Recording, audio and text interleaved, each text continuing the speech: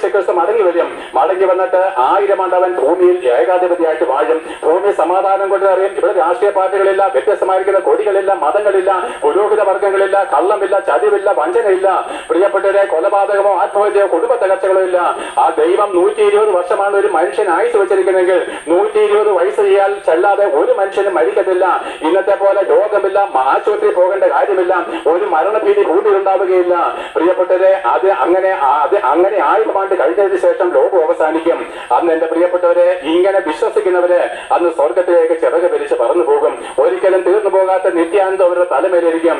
എന്നാൽ ഈ പ്രസംഗം കേട്ടിട്ട് മാനസാന്തരപ്പെടാതെ അഹങ്കാരം കൊണ്ടും നഗളം കൊണ്ടും സമ്പത്തിന്റെ അധികാരത്തിൽ നിന്നുകൊണ്ടും മതത്തിന്റേതായിരിക്കുന്ന പൈശാചിക ബന്ധങ്ങളും അകപ്പെട്ട് ഈ യേശുക്രിസ്തുവിലേക്ക് മനം തിരിയാതെ നിങ്ങൾ ഭരിക്കുകയാണെങ്കിൽ അത് വള്ളിയിലച്ചനായാലും ശരി, തിരുമേനിയായാലും ശരി, പ്രിയപ്പെട്ടവരെ ഇന്നാണ് യേശുക്രിസ്തു മടങ്ങി വരുന്നതെങ്കിൽ ഇന്നേക്ക് 1000 വർഷം തികയുന്ന ലോകം അവസാനിക്കുമെന്നും അന്നെന്റെ പ്രസംഗത്തെ നിങ്ങൾ ഓരോരുത്തരും പാപിയായിട്ട് അടക്കപ്പെട്ട ഓരോരുത്തരും കല്ലറുകളെ വെച്ച് ഇതേ രൂപത്തിൽ എഴുന്നേറ്റ് വന്ന് യേശുക്രിസ്തുവിന്റെ സിംഹാസനത്തിന് മുമ്പിൽ കണക്ക് തീർത്ത നാളിൽ അതെ ഈ പ്രസംഗം വെച്ച് ദൈവം നിങ്ങളെ ന്യായം വിധിക്കും.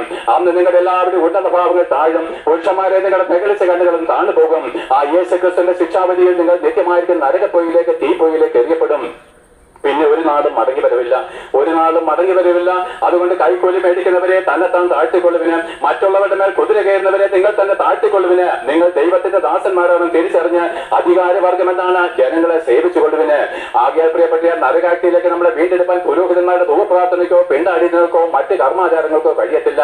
ജീവിച്ചിരിക്കുമ്പോൾ നിങ്ങൾ പാപമോചനം നേടിയാൽ സ്വർഗത്തിലേക്ക് പ്രവേശിക്കാം. ജീവിച്ചിരിക്കുമ്പോൾ നിങ്ങൾ പാപിയായിട്ട് അടക്കപ്പെട്ടാൽ പുരോഹിതന്മാർക്ക് നിന്റെ ബന്ധുക്കളും മക്കളും പണം കൊടുത്ത് നശിക്കാമെന്നുള്ളതിനപ്പുറം ഒരിക്കലും നിന്റെ ആത്മാവിന്റെ വീണ്ടെടുപ്പ് സാധ്യമല്ല. ആ തീ പൊയ്യ രണ്ടാമത്തെ മരണം പ്രിയപ്പെട്ടവര്. അന്ന് ആകാശമില്ല, ഭൂമിയില്ല, സൂര്യചന്ദ്ര നക്ഷത്രാദികളില്ല, അതെല്ലാം മാറ്റപ്പെട്ടിരിക്കും. ആ ഭയങ്കരമായിരിക്കുന്ന അനുഭവത്തിന് ഒരു മടങ്ങിയവരുടെ സാധ്യമല്ലാത്തത് കൊണ്ട് എന്റെ പ്രിയപ്പെട്ടവരെ ഞങ്ങളെപ്പോലുള്ള ഉപദേശമാര് കണ്ണുനീരോടെ പ്രസംഗിക്കുന്നത്, ഞങ്ങളെപ്പോലുള്ള ഉപദേശമാര് വളരെ ആർദ്രതയോടെ നിങ്ങളോട് പ്രസംഗിക്കുക. ഞങ്ങൾ അധികാരമൊക്കെ എടുക്കും, പക്ഷെ നിങ്ങളെ സ്നേഹിച്ചുകൊണ്ട് നിങ്ങൾ ഒരാൾ പോലും നശിച്ചു പോകാൻ ദൈവം ആഗ്രഹിക്കുന്നില്ല.